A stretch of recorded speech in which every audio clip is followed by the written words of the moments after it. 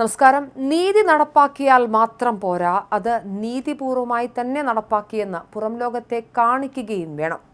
തെരഞ്ഞെടുപ്പ് കമ്മീഷന്മാരുടെ നിയമനവുമായി ബന്ധപ്പെട്ട് കേന്ദ്ര സർക്കാരിന് സുപ്രീം കോടതിയുടെ ശക്തമായ മറുപടി. കേന്ദ്ര സർക്കാരിന്റെയോ നിലവിലെ സമിതിയുടെയോ കാര്യക്ഷമതയിൽ വിശ്വാസക്കുറവുണ്ടായിട്ടല്ല, മറിച്ച് ജനാധിപത്യ സ്ഥാപനങ്ങളുടെ സുതാര്യതയും സ്വതന്ത്ര സ്വഭാവവും ഉറപ്പുവരുത്താൻ ഇത് അത്യാവശ്യമാണെന്ന് ജസ്റ്റിസ് ദീപാങ്കർ ദത്ത തുറന്നടിച്ചു.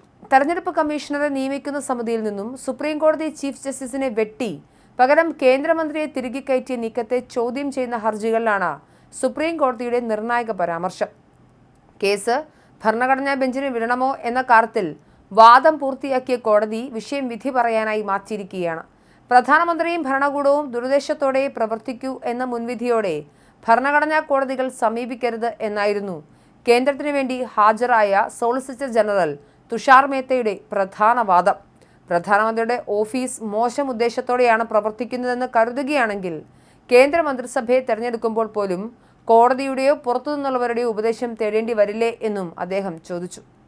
പാർലമെന്റ് പാസാക്കിയ നിയമത്തെ സംശയിക്കുന്നത് ജനങ്ങൾ തെരഞ്ഞെടുപ്പിലൂടെ നൽകിയ ഭരണഘടനാപരമായ വിശ്വാസ്യതയെ അവമതിക്കലാണെന്നും കേന്ദ്രം വാദിച്ചു.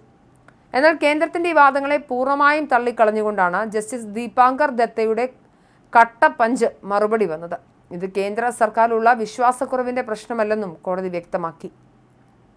ഇപ്പോഴത്തെ സമിതിക്ക് നീതിപൂർവമായി പ്രവർത്തിക്കാനാവില്ലെന്ന് ഞങ്ങൾ പറയുന്നില്ല.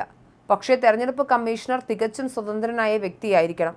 നീതി നടപ്പിലാക്കിയാൽ മാത്രം പോരാ, അത് സുതാര്യമായി നടപ്പാക്കിയെന്ന് ജനങ്ങളെ കാണിക്കുകയും വേണമെന്നും കോടതി വ്യക്തമാക്കി. 2023 മാർച്ച് മാസത്തിലാണ് തെരഞ്ഞെടുപ്പ് കമ്മീഷണർമാരെ നിയമിക്കാൻ പ്രധാനമന്ത്രി, ലോക്സഭാ പ്രതിപക്ഷ നേതാവ്, സുപ്രീം കോടതി ചീഫ് ജസ്റ്റിസ് എന്നിവരടങ്ങുന്ന നിഷ്പക്ഷ സമിതി വേണമെന്ന് സുപ്രീം കോടതിയുടെ ഭരണഘടനാ ബെഞ്ച് വിധിച്ചത്. എന്നാൽ ഈ വിധിയെ മറികടക്കാൻ കേന്ദ്ര സർക്കാർ അതിവേഗം നിയമനിർമ്മാണം നടത്തി. സമിതിയിൽ നിന്നും ചീഫ് ജസ്റ്റിസിനെ ഒഴിവാക്കി പകരം പ്രധാനമന്ത്രി നിർദ്ദേശിക്കുന്ന ഒരു ക്യാബിനറ്റ് മന്ത്രി ഉൾപ്പെടുത്തി നിയമം പാസാക്കി. ഇതോടെ 3-അംഗ സമിതിയിൽ സർക്കാരിന് ഭൂരിപക്ഷം ലഭിക്കുന്ന അവസ്ഥയായി. ഇതിനെതിരെയാണ് അസോസിയേഷൻ ഫോർ ഡെമോക്രാറ്റിക് റീഫോംസ് ഉൾപ്പെടെയുള്ളവർ കോടതിയെ സമീപിച്ചത്. കേസ് ഭരണഘടനാ ബെഞ്ചിന് വിടണമെന്ന കേന്ദ്രത്തിന്റെ അവസാന നിമിഷത്തെ ആവശ്യത്തെ ഹർജിക്കാർക്ക് വേണ്ടി ഹാജരായ പ്രശാന്ത് ഭൂഷൺ, വിജയ് ഹൻസാരിയ, കാളീശ്വരം രാജു തുടങ്ങിയ പ്രമുഖ അഭിഭാഷകർ ശക്തമായി എതിർത്തു. ദിവസങ്ങളോളം വാദം കേട്ട ശേഷമാണ് കേന്ദ്രം ഇങ്ങനെയൊരു ആവശ്യം ഉന്നയിക്കുന്നതെന്നും തെരഞ്ഞെടുപ്പ് കമ്മീഷണർമാരുടെ നിയമനവുമായി ബന്ധപ്പെട്ട ഭരണഘടനാ തത്വങ്ങൾ മുൻപ് തന്നെ വ്യക്തമാക്കപ്പെട്ടതാണെന്നും അവർ ചൂണ്ടിക്കാട്ടി.